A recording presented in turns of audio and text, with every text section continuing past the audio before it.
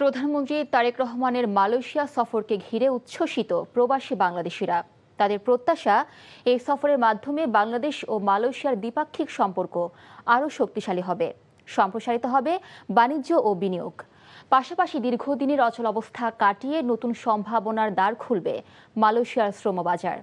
আরও থাকছে মালয়েশিয়ার স্টাফ করেসপন্ডেন্ট কায়সার হামিদ হান্নানের পাঠানো রিপোর্টে। প্রধানমন্ত্রী তারেক রহমানের মালয়েশিয়া সফরকে ঘিরে দেশটিতে চলছে উৎসবের আমেজ। এ সফরের মাধ্যমে মালয়েশিয়ার সঙ্গে বাংলাদেশের সম্পর্ক নতুন উচ্চতায় পৌঁছাবে বলে আশা প্রকাশ করেন প্রবাসীরা। মালয়েশিয়া প্রথম বিদেশ সফরে আসতেছে, এ নিয়ে আমরা প্রবাসীরা অত্যন্ত আনন্দিত। সেই যারা আছি আমরা খুবই খুশি, কারণ উনি আসলে হয়তো আমরা যারা ব্যবসায়ী আছি আমাদের ব্যবসাটা মনে হয় আরো অনেক সব ভালো হবে বা ডেভেলপ করতে পারবো আমরা।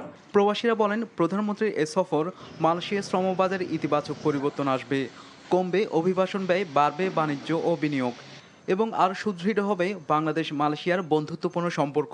রেমিটেন্স যোদ্ধারা খুবই গর্বের সাথে নিচ্ছি যে প্রথম নির্বাচিত হয়ে প্রথম বিদেশ সফরে তিনি মালয়েশিয়াতে আসছেন, এই জন্য আমরা গর্বিত।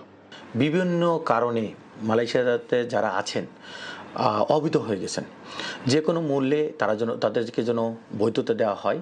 প্রধানমন্ত্রীর এ সফর দেশটিতে বসবাসরত বাংলাদেশি প্রবাসীদের ভিসা সহ বিভিন্ন জটিলতার অবসান হবে, এমনটা প্রত্যাশা বাংলাদেশিদের। এই জেলের লোকগুলোর কিভাবে অতি সত্বর দেশে পাঠানোর টিকিটের ব্যবস্থা করতে পারে, এইটাই তার কাছে খুব মন খুললা আমাদের প্রবাসীদের চাওয়া পাওয়া। প্রবাসী বাংলাদেশি ভাইয়েরা এখানে বহু অবৈধ আছেন, তাদেরকে বৈধতা করার জন্য আমি মাননীয় প্রধানমন্ত্রীর কাছে আকুল আবেদন। মালয়েশিয়া সরকারের আমন্ত্রণে 2 দিনের এ রাষ্ট্রীয় সফর প্রবাসীদের জন্য স্বস্তির বার্তা আনবে, এমনটা প্রত্যাশা সংশ্লিষ্টদের। শাহাদাত শাওন, NTV ইন্টারন্যাশনাল ডেস্ক।